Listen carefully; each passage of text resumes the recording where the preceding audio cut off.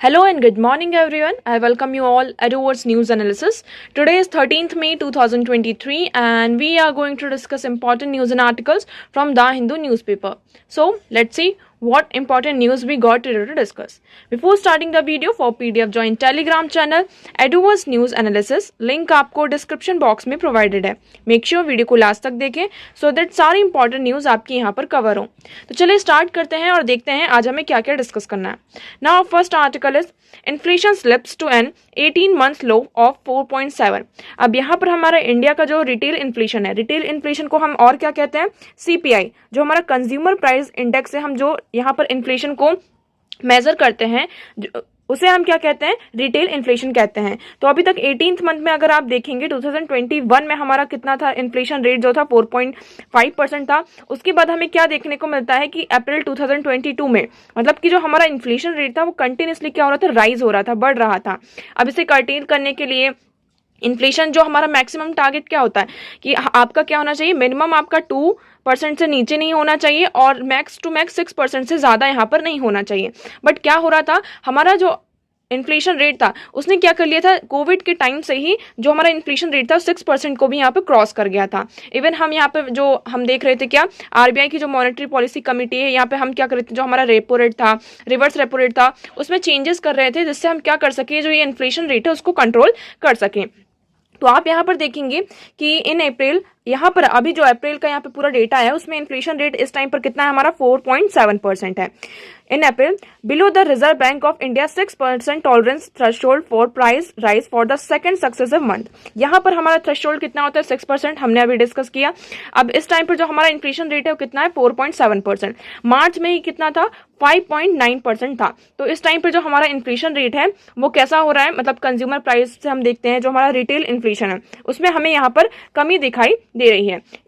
Consumer price index की अगर हम बात करते हैं, हमारे यहाँ पे दो इंडेक्स होते हैं. एक होता है हमारा होलसेल प्राइस इंडेक्स और दूसरा होता है हमारा consumer price index. Consumer price index में अगर हम बात करते हैं, जो कंज्यूमर को, जैसे कि हम यहाँ पर कुछ खरीदने जा रहे हैं, हम कंज्यूमर हो गए, तो हम जो शॉप से यहाँ पे चीज़ें खरीदने जा रहे हैं, हमारी जो डेली बेसिस की जो चीज़ें होती हैं, डेली लाइफ में जो हम चीज़ों को यूज़ करते हैं, तो जो उस प्राइस में मतलब कितना चेंज आया. फॉर एग्जाम्पल हम यहाँ पर ऑयल लेने जा रहे हैं, जस्ट एन एग्जाम्पल, हम ऑयल लेने जा रहे हैं, तो इस ऑयल में यहाँ पे पूरा जो टैक्स होगा, सारी चीज़ें होंगी वो इंक्लूड होंगी. तो ये ऑयल हमें यहाँ पे कंज्यूमर को कितने रुपए में मिल रहा है, उसका क्या प्राइस है, उसमें कितना इन्फ्लेशन है. तो ये होता है हमारा कंज्यूमर प्राइस इंडेक्स. और होलसेल प्राइस इंडेक्स क्या होता है आपका, कि आप होलसेल में कोई चीज़ ले रहे हैं, जब आप थोक में चीज़ें लेते हैं तो उस टाइम में आपका इन्फ्लेशन रेट कितना है, कितनी चीज़ें हैं, तो उसे हम कहते हैं होलसेल प्राइस इंडेक्स.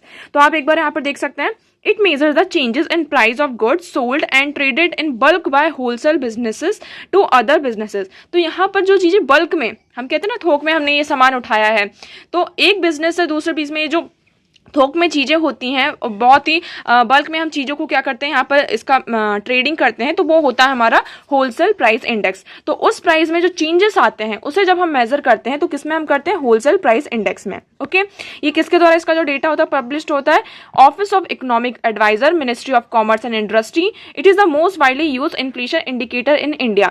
इंडिया में ज़्यादातर हम होलसेल जो प्राइस इंडेक्स है इसी इंडिकेटर को यूज़ करते हैं.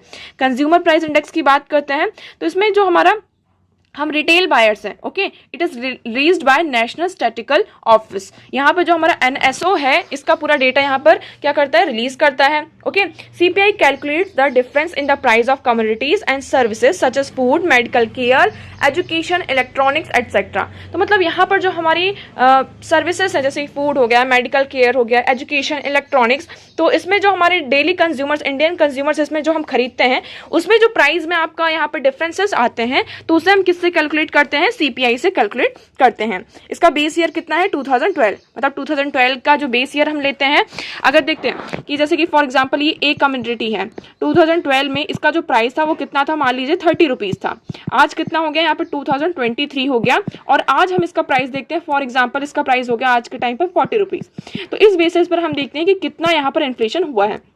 तो अभी हमारा बेस ईयर कितना है सीपीआई का, 2012, और डब्ल्यूपीआई का जो हमारा बेस ईयर है 2004 to 5 यहाँ था, अब यहाँ पे इसको 2011-12 कर दिया गया है. 2017 में जो बेस ईयर है उसे चेंज करके 11-12 कर दिया गया है. ओके, तो आई होप आपको ये क्लियर होगा. नेक्स्ट मूव करते हैं. Now next article is welfare spending has been getting a regular pruning. अब यहाँ पर इस आर्टिकल में डिस्कस किया है कि मतलब जो हमारा अभी इस साल का बजट आया है उसे थोड़ा क्रिटिसाइज किया गया है। किस बेसिस पे? कि जो हमारी वेलफेयर स्पेंडिंग है उसमें यहाँ पर गवर्नमेंट ने क्या किया है, बहुत ज़्यादा कटौती की है, कट ऑफ किया है। ओके, तो इसमें जो वेरियस यहाँ पर हमारी वेलफेयर स्कीम्स है उसके बारे में डिस्कस किया है कि जब से यहाँ पर हम क्या देख रहे हैं कि एनडीए की यहाँ पर गवर्नमेंट आई है, उन्होंने क्या किया, जो हमारी वेलफेयर स्कीम्स है उससे यहाँ पर कट ऑफ किया है। किस लिए? ताकि वो क्या कर सके, जो हमारा कैपिटल एक्सपेंडिचर है उसमें ज़्यादा से ज़्यादा यहाँ पर स्पेंड कर सकें। मतलब कि कैपिटल एक्सपेंडिचर को यहाँ पर फेवर करने के लिए जो सोशल स्पेंडिंग्स हैं और वेलफेयर स्पेंडिंग्स है उसको इग्नोर किया जा रहा है। हम यहाँ पर देखते हैं, देखिए यहाँ पे वेरियस स्कीम्स के बारे में डिस्कस किया गया है, आप इनको नोट डाउन कर सकते हैं कि हमारी कौन कौन सी यहाँ पर वेलफेयर स्कीम्स है। पहली बात यहाँ पर क्या है, सक्षम आंगनवाड़ी एंड पोषण 2.0। इसका एम ये था कि चिल्ड्रंस में जो चाइल्ड माल न्यूट्रिशन होता है, हंगर होता है, उसे एड्रेस करने के लिए यहाँ पर क्या आता है, सक्षम आंगनवाड़ी एंड पोषण 2.0 ये लेकर आते हैं। बट इसमें हमें क्या देखने को मिलता है, और इसको फिर यहाँ पर जो आंगनवाड़ी प्रोग्राम है उसे यहाँ पे मर्ज कर दिया जाता है पोषण अभियान के साथ, ताकि इस स्कीम में मेनली जो एडोलेसेंट गर्ल्स हैं उसको भी यहाँ पे इंक्लूड किया जाता है, उन्हें न्यूट्रिशन प्रोवाइड किया जाए। इसका जो पूरा एलोकेशन था, हम यहाँ पर क्या देखते हैं कि 2014 एंड 15 में जीडीपी का हमारा 0.13% किस में जाता था, इसी स्कीम में जाता था। बट 2023 एंड 24 को आप देखेंगे तो इसमें हमारा ऑलमोस्ट कितना अब जा रहा है, 0.7% जा रहा है। ठीक है, तो इसमें सिर्फ स्कीम के बारे में बताया गया है और स्कीम का क्या पर्पज है, और इसमें इस प्रेजेंट टाइम में जो हमारा यहाँ पर बजट आया है, ये अभी जो नया बजट आया है उसमें कितना यहाँ पर जीडीपी में अलोकेशन इनको मिला है। ठीक है, नेक्स्ट यहाँ पर क्या आता है आपका, जो हमारा national family health survey data 5 है, उन्होंने यहाँ पे डेटा रिलीज किया, उसमें उन्होंने बताया कि जो एनेमिक का यहाँ पे परसेंटेज है वो कितना है, इंडिया में 67% है। अंडर वेट का अगर हम बात करें तो 32% है, एंड स्टंट चिल्ड्रन की अगर हम बात करते हैं तो 36% यहाँ पे स्टंट चिल्ड्रन है इंडिया में। ओके, तो ये सारी चीजों को देखते हुए यहाँ पर माल न्यूट्रिशन को क्या किया गया है, एड्रेस नहीं किया गया है। हमारी की स्कीम आती थी मिड डे मील स्कीम, आप सभी को यहाँ पे पता होगा मिड डे मील स्कीम में, इसको स्कूल में यहाँ पर किया गया था, जिसमें यहाँ पर हमने 12 करोड़ चिल्ड्रंस को कवर किया था। ओके, इसके कारण हमने ये भी देखा था कि बच्चों का जो क्लास में अटेंडेंस है वो भी इम्प्रूव हुआ था, क्योंकि उन्हें कई बार क्या होता है कि कुछ बच्चे क्यों यहाँ पर स्कूल छोड़ देते हैं, ड्रॉप आउट क्यों करते हैं, क्योंकि उनके पास खाने के लिए सारी चीज़ें नहीं होती, और फिर जब खाने के लिए उन्हें पूरा नहीं होता तो वो काम के लिए यहाँ पर निकल जाते हैं कि एटलीस्ट वो काम करेंगे तो उन्हें क्या मिलेगा, खाने को तो मिलेगा। बट जब से ये मिड डे मील स्कीम आई थी तो यहाँ पर स्कूल में खाना दिया जा रहा था। ठीक है, जिसके कारण हमें क्या देखने को मिलता है कि मतलब खाने की, मतलब जो गरीब बच्चे उनको तो एक टाइम के लिए खाना मिल जाए तो वो उनके लिए बहुत बड़ी बात हो जाती है। तो इसके चक्कर में उनकी जो क्लास की अटेंडेंस थी वो इंप्रूव हो रही थी। बट यहाँ पर हमें क्या देखने को मिलता है कि इसमें बजट का जो साल एलोकेशन है उसमें 50% कटौती की गई है। 2014 एंड 15 की अगर हम बात करते हैं तो इसमें टोटल कितना था, 0.08% एलोकेशन था, और 23 एंड 24 की अगर हम बात करते हैं तो यहाँ पर 0.04% यहाँ पे एलोकेशन है, मतलब 50% इसमें क्या किया है, मिड डे मील स्कीम में कट ऑफ किया है। नेक्स्ट आता है आपका पीएम मातृ वंदना योजना।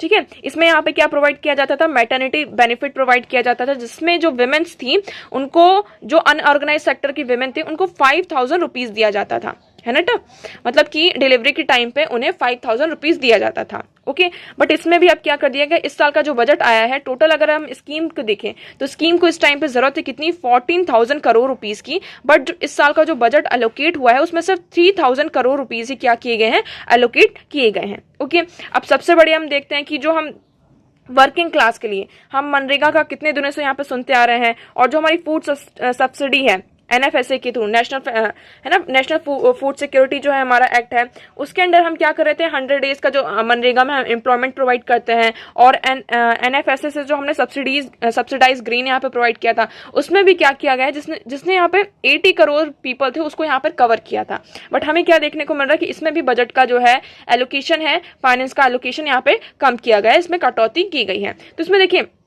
हमारा जो पीडीएस सिस्टम था उसमें भी यहाँ पे पूरा जो कटौती की गई है। अब इसमें ये कहा है कि कोविड-19 के बाद से मनरेगा और जो पीडीएस सिस्टम है इसमें और ज़्यादा, मतलब कि आपको चीज़ें करनी चाहिए थी, बजट और ज़्यादा एलोकेशन यहाँ पर करना चाहिए था। बट क्योंकि यहाँ पर क्या हुआ था, कोविड-19 के कारण हमने क्या देखा था, बहुत सारे जो लोग हैं, हम यहाँ पर क्या देख रहे हैं कि बहुत सारे जो लोग हैं वो पॉवर्टी लाइन में, मतलब बिलो पॉवर्टी लाइन से भी यहाँ पर नीचे जा चुके हैं, तो उन्हें इन स्कीम्स के इस टाइम पे बहुत ज़्यादा ज़रूरत है। बट गवर्नमेंट यहाँ पर क्या कर रही है, वेलफेयर जितनी भी स्कीम्स है उससे यहाँ पे कटौती कर रही है। ओके, अब नेक्स्ट अगर हम बात करते हैं सिर्फ यहाँ पे इस साल हमें सबसे ज़्यादा किसमें यहाँ पे गेन देखने को मिलता है कि जो हमारा मार्जिनल हेल्थ केयर गेन है उसमें यहाँ पे देखने को मिलता है। ठीक है, हमारा जो स्कूल प्राइमरी स्कूल सेंटर ने क्या किया है, जो हमारा स्कूल एजुकेशन है स्पेशली जो हमारा प्राइमरी और सेकेंडरी है उसमें भी यहाँ पे डिक्लाइन देखने को मिला है। 2014 एंड 15 में 0.37% था, 23 एंड 24 में 0.22% है। ठीक है, तो देखिए इस आर्टिकल में पूरा आपको डेटा ही मिलेगा कि इस साल का जो बजट है उसमें किस तरीके से वेलफेयर स्कीम से यहाँ पे कटौती की गई है। सिर्फ यहाँ पे जो हेल्थ सेक्टर है उसमें यहाँ पे थोड़ा इंप्रूवमेंट दिखा है कि 14 एंड 15 में कितना एलोकेशन था जीडीपी का 0.25% और इस साल यहाँ पे 0.30% यहाँ पर किया गया है।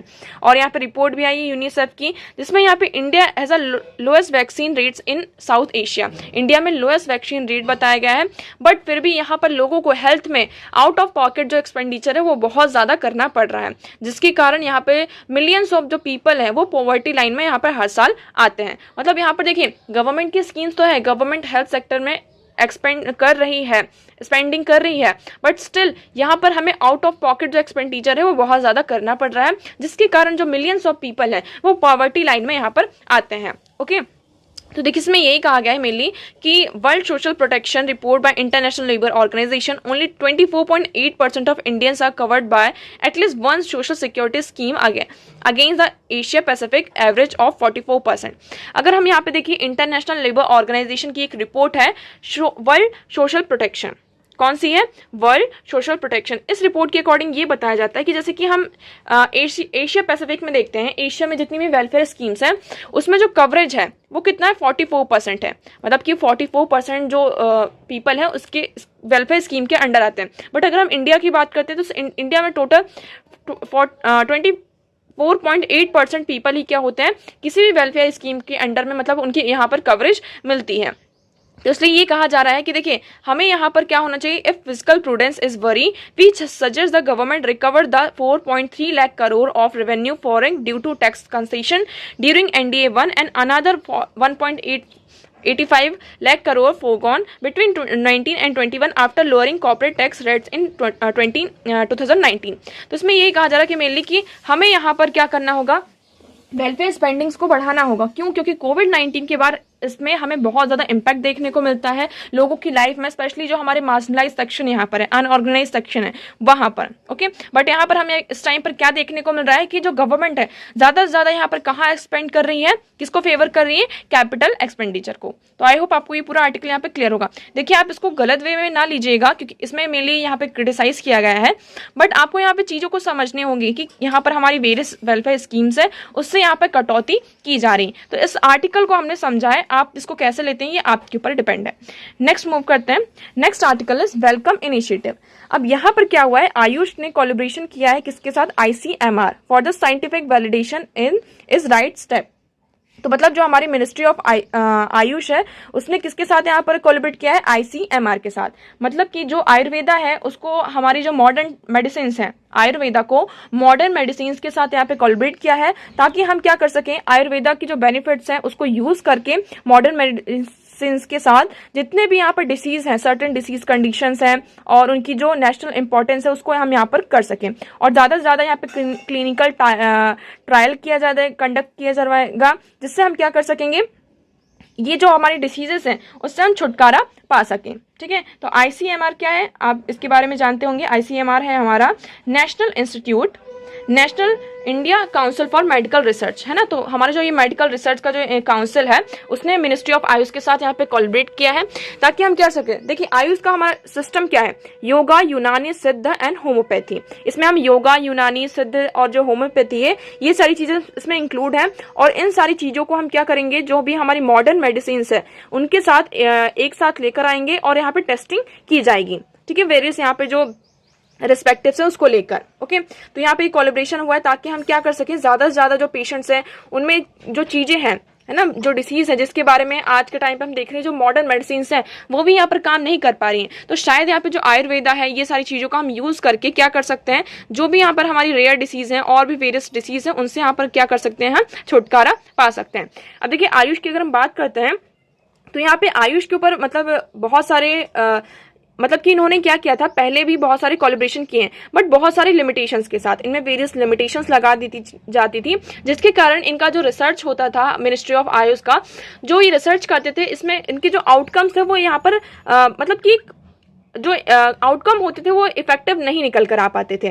लिमिटेशंस होती थी कि आप ऐसा नहीं कर सकते, ऐसा नहीं कर सकते। बट ICMR जो हमारा Indian council of medical research है, यहाँ पर इनके ऊपर कोई भी यहाँ पर लिमिटेशंस नहीं लगाई गई है। तो ये जो कोलैबोरेशन है क्या करेगा, एक राइट स्टेप मतलब एक राइट डायरेक्शन की तरफ हमें लेकर जाएगा in the health sector. Okay, तो आई होप आपको ये पूरा क्लियर होगा। नेक्स्ट मूव करते हैं। Next article is Supreme Court tell courts not to rely on April 26 order on default bail. अब यहाँ पे डिफॉल्ट बेल की बात की गई है, तो हम जान लेते हैं व्हाट इज डिफॉल्ट बेल। ठीक है, तो देखिए डिफॉल्ट बेल यहाँ पे पहले की जो जजमेंट आया सुप्रीम कोर्ट का, उसमें क्या है, the judgment of Supreme Court is consider the law of land, article 141 of the constitution provided that the law declared by Supreme Court shall be binding on all courts within India.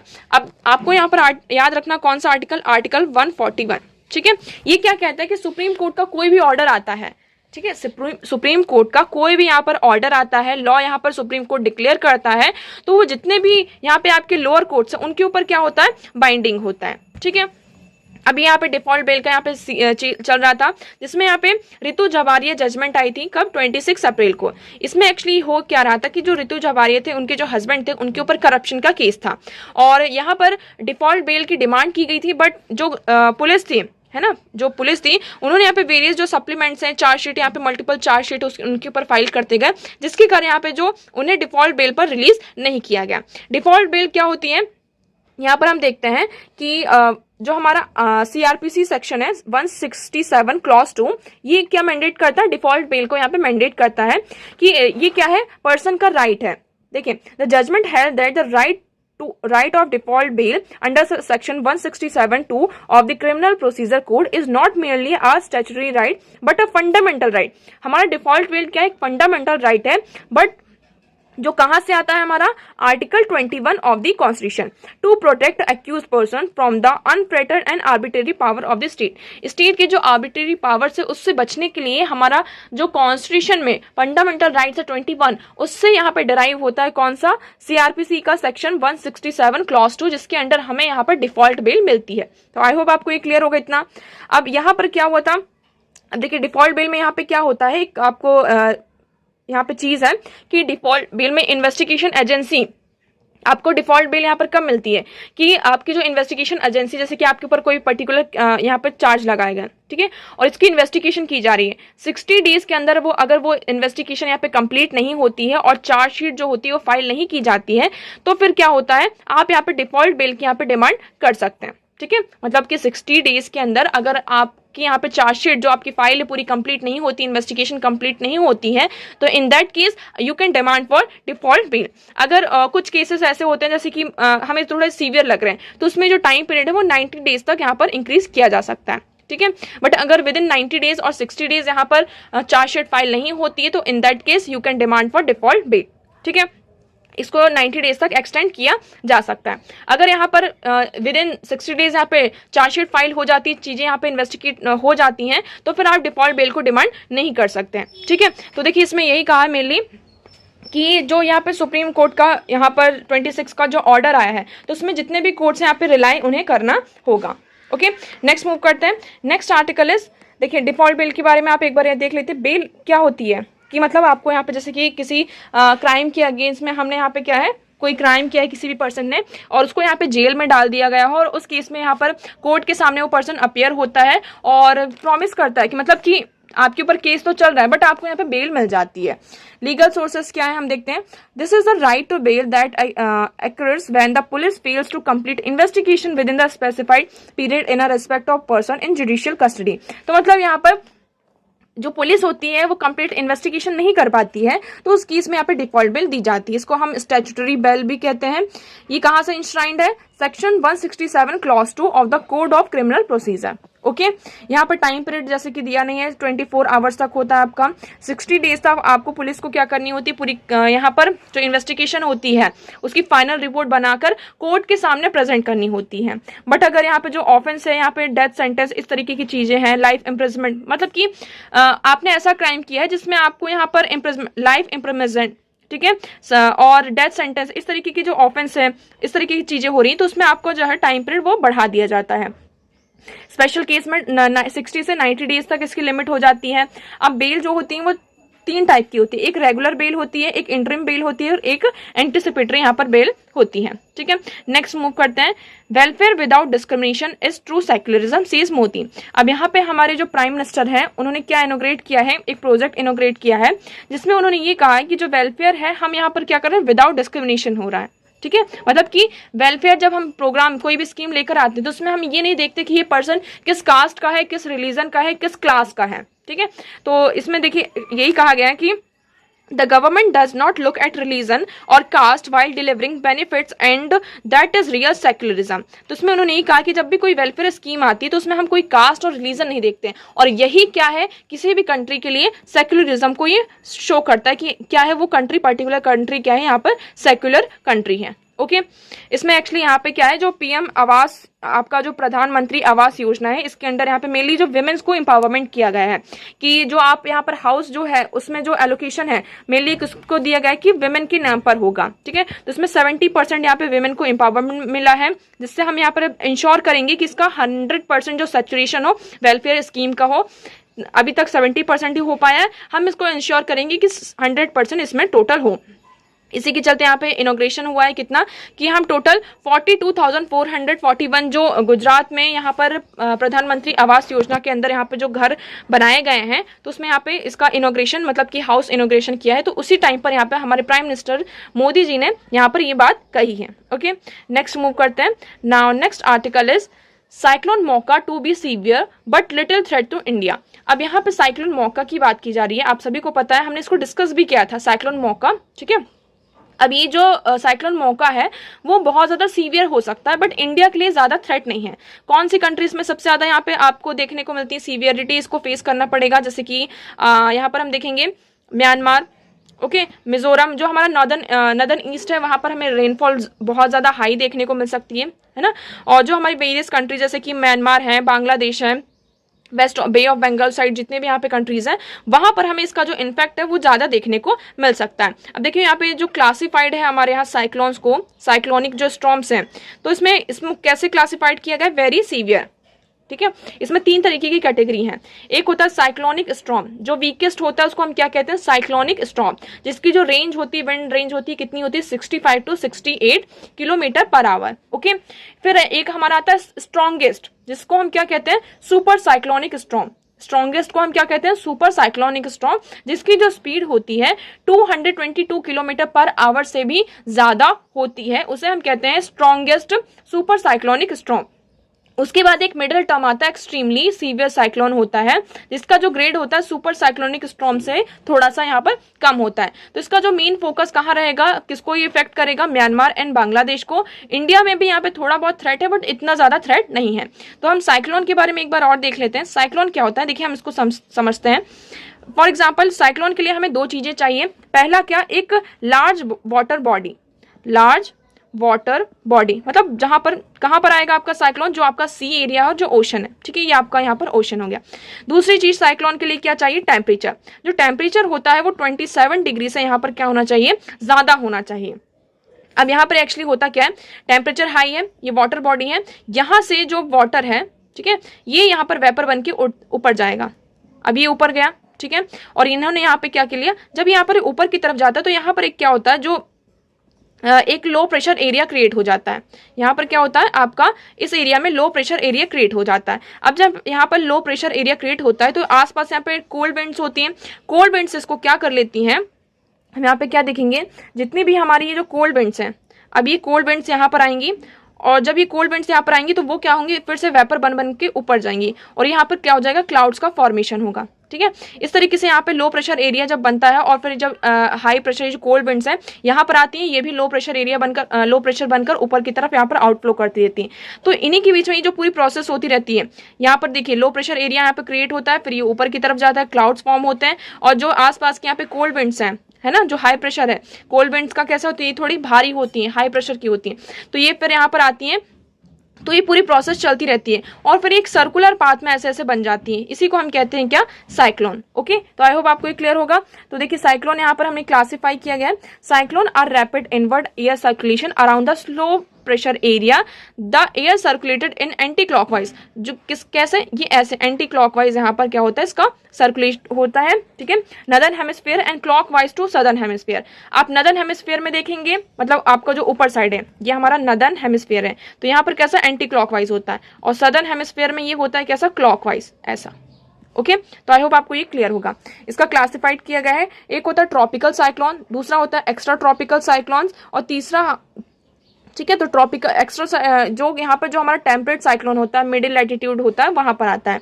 यहाँ पर जो various countries होती हैं उसके location के according इनका नाम अलग होता है। जैसे कि ह्यूरिकेन्स कहाँ कहा जाता है, ईस्टर्न पैसिफिक में, और अटलांटिक में इसको ह्यूरिकेन्स कहते हैं। साइक्लोन यहाँ पर इंडियन ओशन और वेस्ट पैसिफिक जो ऑस्ट्रेलिया साइड है हमारा एरिया, उसे हम कहते हैं क्या, साइक्लोन, और टाइफून्स साउथ ईस्ट एशिया को। ओके, नेक्स्ट मूव करते हैं। नेक्स्ट आर्टिकल इज, आप यहाँ पर देखेंगे, हाँ, next, lack of committees against sexual harassment is disquieting से सुप्रीम कोर्ट।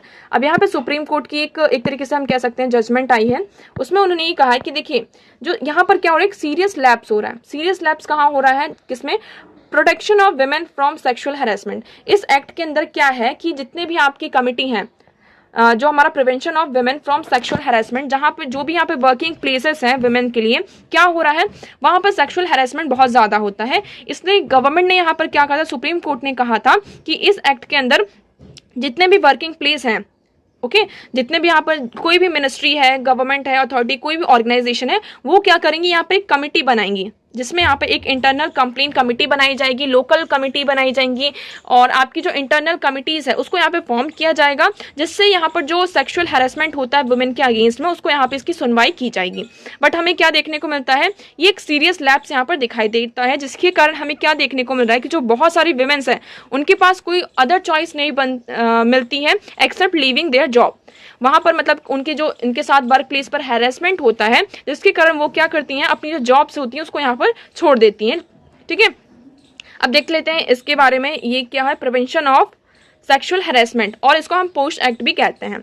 ये विशाखा गाइडलाइंस आती हैं, जिसके कारण सुप्रीम कोर्ट की 1997 में, जिसमें उन्होंने वुमेन्स के जो राइट्स थे, वुमेन राइट्स ग्रुप थे, उन्होंने ये फाइल की थी।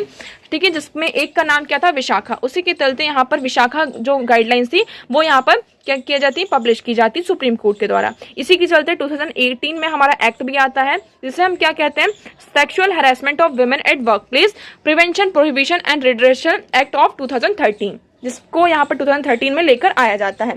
डेफिनेशन क्या है सेक्सुअल हैरेसमेंट की, अगर हम बात करते हैं तो वर्क प्लेस पर वुमेन के साथ मतलब कि क्या होता है कि जिसमें एनी वन और more of the following unwelcome act और बिहेवियर, मतलब कोई ऐसा यहाँ पर विमेन के साथ यहाँ पर आप बिहेवियर कर रहे हैं जो उनके द्वारा उसको वेलकम नहीं किया जा रहा है। ठीक है, और एक अनअप्रोप्रिएट यहाँ पर क्या हो, बिहेवियर हो, कमिटेड डायरेक्टली और by implication physical contact, advance sexually coloured remark showing pornography, a demand और request for sexual favour, any other unwelcome physical verbal and non verbal conduct of sexual nature. मतलब कि आप यहाँ पर ऐसा काम कर रहे हैं, मतलब चाहे वो फिजिकल हो, वर्बल हो या नॉन वर्बल कंडक्ट हो सेक्सुअल नेचर का, तो इस केस में ये सेक्सुअल हैरेसमेंट होता है। ठीक है, इसमें क्या की प्रोविजन थे, this act lays down the procedure for complain and inquiry and the action to be taken. तो इस एक्ट का ये मेन प्रोविजन था कि अगर ऐसा कोई भी आपका क्या था कंप्लेन आती है तो उसकी पूरी इंक्वायरी होगी और उसमें एक्शन लिया जाएगा। और जितने भी यहाँ पर क्या है, it mandate that every employer constitute an internal complaint committee. जितने भी ऑर्गेनाइजेशन है जहाँ पर वुमेन्स यहाँ पर काम कर रही हैं, हर सेक्टर में काम करनी, तो आपको हर सेक्टर में क्या करना होगा, एक इंटरनल कंप्लेंट कमेटी को ऑर्गेनाइज करना होगा, कॉन्स्टिट्यूट करना होगा एट ईच ऑफिस और ब्रांच। जितनी भी आपकी ऑफिस है और ब्रांच है, तो और उसमें 10 या 10 से ज़्यादा क्या होनी चाहिए, एम्प्लॉय होनी चाहिए, जो कि सेक्सुअल जो हैरेसमेंट है वुमेन्स के अगेंस्ट में केस आते हैं तो उसकी यहाँ पे क्या की जाए, पूरी इंक्वायरी की जाए और प्रॉपर एक्शन यहाँ पर लिया जाए। ओके, तो इसके चलते यहाँ पर एक्ट आता है, women can be any age whether employed or not alleged to have been subjected to any act of the sexual harassment. That means the right of all women working or visiting any workplace in any capacity are protected under the act. अगर आप किसी भी working place पर हैं या फिर किसी भी वर्क प्लेस को विजिट कर रहे हैं और आपके साथ यहाँ पे क्या हो रहा है, सेक्सुअल हैरेसमेंट हो रहा है, तो आप क्या कर सकते हैं, इस एक्ट के प्रोटेक्शन में आते हैं। इस एक्ट के अंडर जो प्रोटेक्शन प्रोवाइड की जाती है उसके अंडर आप यहाँ पर आते हैं। बट हमें क्या देखने को मिल रहा है कि जो वेरियस ऑर्गेनाइजेशंस है वहाँ पर ये जो इंटरनल कंप्लेंट कमेटी है उसको फॉर्म नहीं किया जा रहा है। आप यहाँ पर देखेंगे कि अभी तक हमें क्या हुआ है कि मेनली यहाँ पर जो पोश एक्ट है इसमें यहाँ पर जो कमेटी फॉर्म करने की बात की गई है तो इसमें जो कमिटीज़ हैं उसमें यहाँ पे फॉर्म नहीं की जा रही हैं। ओके, तो इसी के चलते यहाँ पे एफिडेविट भी फाइल की गई थी और यहाँ पर फिर फर्दर यहाँ पे डिमांड की जा रही कि हमें क्या करना होगा, जल्द से जल्द। देखिए टोटल यहाँ पे रिवील किया गया है, एक न्यूज़पेपर सर्वे आया है जिसमें ये रिवील किया है कि 30 national sport federation in the country only 60 had constituted internal complaint committee under the 2013 act. Total यहाँ पे 30 नेशनल स्पोर्ट फेडरेशन है, उसके अंडर सिर्फ 16 जो है फेडरेशन उन्होंने क्या किया है, सिर्फ कमिटी को फॉर्म किया है। तो आप देख सकते हैं 30 में से सिर्फ 16 को ही क्या किया है, उन्होंने कमिटी को फॉर्म किया है। आज तक अभी तक मतलब कि बहुत सारे जो वेरियस यहाँ पे वर्क प्लेसेस है उन्होंने यहाँ पर कमिटी फॉर्म नहीं की है। ओके, तो आई होप आपको ये पूरा क्लियर होगा।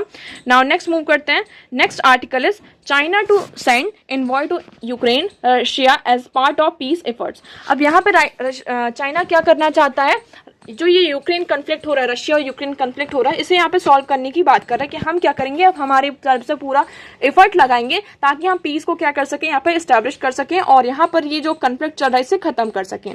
ओके, तो इसमें एक्चुअली क्या है, उन्होंने Ukraine China is sending a special envoy to Ukraine and Russia starting next week in a effort to help reach a political settlement of Ukraine crisis. तो यहाँ पर नेक्स्ट वीक यहाँ पे चाइना क्या करने वाला है, रशिया और यूक्रेन में अपने जो एनवॉयज हैं उनको यहाँ पर भेजेगा ताकि क्या कर सके, पॉलिटिकल सेटलमेंट्स को यहाँ पर किया जा सके इन दोनों कंट्रीज के बीच में।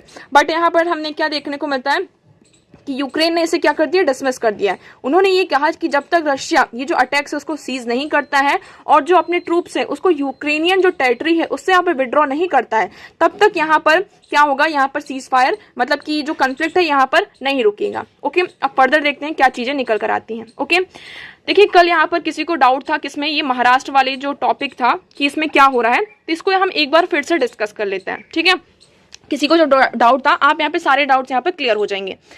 आप सभी को पता है क्या है एंटी डिफेक्शन लॉ। ठीक है, एंटी डिफेक्शन लॉ। इससे पहले हम गवर्नमेंट जो है महाराष्ट्र की पॉलिटिक्स इस टाइम पे हो क्या रहा है उसके बारे में देखते हैं। महाराष्ट्र में एक्चुअली ये हो रहा है कि आपकी क्या थी, यहाँ पे एक शिवसेना पार्टी थी। ठीक है, और ये जो शिवसेना पार्टी थी इसने यहाँ पे क्या किया था, कोलिशन से महाराष्ट्र में 2019 में गवर्नमेंट फॉर्म किया था। 2019 में यहाँ पे गवर्नमेंट फॉर्म हुई थी। ठीक है, फिर क्या होता है, जो शिवसेना पार्टी होती है ये स्प्लिट हो जाती है। ये पर्टिकुलर जो शिवसेना आपकी पार्टी है वो यहाँ पे 2 पार्ट्स में यहाँ पे स्प्लिट हो जाती है। कौन कौन से, एक उद्धव ठाकरे जी की यहाँ पे उद्धव ठाकरे जी का होता है दूसरा पार्ट, और दूसरा पार्ट होता है आपका एकनाथ शिंदे का। ठीक है, एकनाथ शिंदे जी का। तो ये 2 पार्ट्स में यहाँ पे क्या होती है, मतलब कि पार्टी के बीच में कोई भी यहाँ पर मतभेद आ गया होगा जिसके कारण यहाँ पे जो एकनाथ शिंदे हैं कुछ लोग इनके फेवर में होते हैं, 10 से 15 जो एमएलएज होते हैं इनके फेवर में होते हैं और बाकी यहाँ पे उद्धव ठाकरे जी के होते हैं। और ये जो पार्टी थी आपको पता है यहाँ पे किससे बनती है, इसको यहाँ पर क्या कहा जाता है, इस पर्टिकुलर पार्टी को यहाँ पे जो कोलिशन से बनी थी इसे यहाँ पे महाविकास अखाड़ी भी कहा जाता है, जिसमें हम देखते हैं कि जो शिवसेना है एक ये पार्टी आ जाती है, दूसरे यहाँ पे एनसीपी आ जाती है और तीसरे यहाँ पे कांग्रेस आती है। तो यहाँ पे कोलिशन से महाराष्ट्र में गवर्नमेंट बनाते हैं। ओके, अब जो ये शिवसेना ये पर्टिकुलर पॉलिटिकल पार्टी है उसमें से जो उद्धव ठाकरे और जो एकनाथ शिंदे जी हैं इनके बीच में स्प्लिट होता है। एकनाथ शिंदे यहाँ पे 10 से 15 लोगों के बीच मतलब लेकर यहाँ पे जो एमएलएज इनको लेकर यहाँ पर आसाम में चले जाते हैं। अब यहाँ पे क्या होता है, आप सभी को पता है कि जब भी फिर आपका क्या आता है यहाँ पर एंटी डिफेक्शन लॉ, ये क्या है हमारा 10th शेड्यूल में है, 1985 में से यहाँ पे इंट्रोड्यूस किया गया था।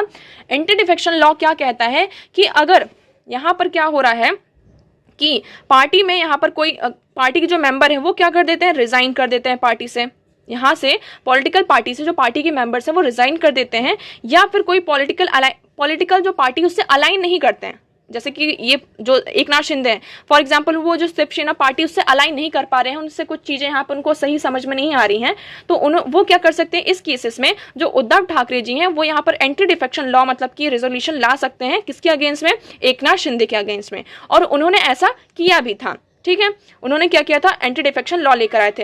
एंटी डिफेक्शन लॉ कब लेकर नहीं आ जा सकता? जब यहाँ पर जैसे कि 37 जो एमएलएज हैं वो आपके फेवर में हो, मतलब कि 30 जो 2/3 पार्टी का जो 2/3 पार्ट है और 2/3 जो एमएलएज हैं वो पार्टी छोड़कर जा रहे हो, तो उस केस में आप एंटी डिफेक्शन लॉ नहीं लेकर आ सकते। बट ये क्या था? 2/3 से भी कम था, इसलिए उद्धव ठाकरे जी यहाँ पर क्या लेकर आते हैं? एंटी डिफेक्शन लॉ लेकर आते हैं। जब ये एंटी डिफेक्शन लॉ आता है उस टाइम पर महाराष्ट्र में कोई भी स्पीकर नहीं थे। स्पीकर जो साहब जी थे वो उन्होंने फेब के 2021 में ही क्या दे दिया था, यहाँ पर रिजाइन कर दिया था। तब तक के लिए जो ये टाइम पीरियड था वहां पर क्या था? डिप्टी स्पीकर पूरा जो काम था उसको देख रहे थे। अब ये रेजोल्यूशन जो एंटी डिफेक्शन लॉ था एकनाथ शिंदे के अगेंस्ट में और उनके साथ जो मेंबर्स थे, ये एंटी डिफेक्शन जो रेजोल्यूशन है वो जाता है किसके पास? डिप्टी स्पीकर के पास जाता है। तो उसी टाइम पर यहाँ पर क्या होता है? एकनाथ शिंदे यहाँ पर किसका लेकर आते हैं? एक रेजोल्यूशन लेकर आते हैं किसके लिए? डिप्टी स्पीकर की रिमूवल के लिए। तो आपको यहाँ पर याद रखना है कि जब यहाँ पर Uddhav Thackeray ji anti defection resolution लेकर आते हैं एकनाथ शिंदे के अगेंस्ट में, तो एकनाथ शिंदे जी यहाँ पर क्या करते हैं? जो डिप्टी स्पीकर होते हैं उनके अगेंस्ट में एक रेजोल्यूशन पास करते हैं उनके रिमूवल का। और यहाँ पर फिर एक सुप्रीम कोर्ट का आपका एक वर्डिक्ट आता है, किसमें? नाबाम एक केस आता था 2016 का ये केस था, जिसमें सुप्रीम कोर्ट ने ये कहा था कि अगर कोई भी स्पीकर और डिप्टी स्पीकर के अगेंस्ट में रिमूवल का यहाँ पर रेजोल्यूशन है, मतलब उनको ही रिमूव करने की बात की जा रही है, तो उस केस में उस टाइम पीरियड पर डिप्टी स्पीकर और स्पीकर किसी भी पार्टी के जो मेंबर हैं, कोई भी एमपी एमएलएज हैं, उसको यहाँ पे डिस्क्वालीफाई नहीं कर सकते। इतना आपको समझ में आया? ओके, ठीक है। तो यहाँ पर ही पूरा हो जाता है, जिसके कारण यहाँ पे जो क्या होता है कि जो एकनाथ शिंदे हैं यहाँ पे डिस्क्वालीफाई नहीं हो पाते हैं। ये सारी चीजें हो जाती हैं। अब धीरे धीरे क्या होने लगते हैं? एकनाथ शिंदे जी के साथ पहले 10-15 एमएलए थे, फिर धीरे धीरे ये नंबर जो होता है 25 बढ़ता है और 30 बढ़ता है। अब ये जो टोटल यहाँ पर फिर ये लोग क्या करते हैं? 34 जो एमएलएज होते हैं वो क्या भेजते हैं? यहाँ पे एक लेटर भेजते हैं। किसको? गवर्नर को। किसको भेजते हैं? यहाँ पर गवर्नर को भेजते हैं और ये कहते हैं कि हम हमारी पॉलिटिकल पार्टी से खुश नहीं हैं। क्या बोला उन्होंने? कि हम हमारी पॉलिटिकल पार्टी से खुश नहीं हैं। तो यहाँ पर इस बेसिस पे जो गवर्नर होते हैं वो क्या करते हैं? फ्लोर टेस्ट के लिए यहाँ पर कॉल करते हैं कि यहाँ पर हम क्या करवाएंगे? फ्लोर टेस्ट करवाएंगे। हमें ऐसा लग रहा है कि जो पार्टी है वो क्या कर रही है यहाँ पे, मतलब गवर्नमेंट यहाँ पे थोड़ी वीक हो चुके हैं और वो अपनी मेजोरिटी को यहाँ पर क्या है? साबित नहीं कर सकती हैं। तो इस बेसिस पर यहाँ पर क्या होता है? फ्लोर टेस्ट को यहाँ पे बुलवाते हैं। बट यहाँ पर ये कोई ग्राउंड नहीं है जिस बेसिस पर क्या होता है? फ्लोर टेस्ट को बुलवाया जाता है। ओके, यहाँ पर मतलब कि जो गवर्नर ने यहाँ पे फ्लोर टेस्ट को यहाँ पे बुलवाया था, ये कोई भी पर्टिकुलर ग्राउंड नहीं था। अब यहाँ पे गवर्नर यहाँ पे फ्लोर टेस्ट मंगवाते हैं। फ्लोर टेस्ट होने से पहले ही क्या होता है? उद्धव ठाकरे जी यहाँ पर रिजाइन कर देते हैं।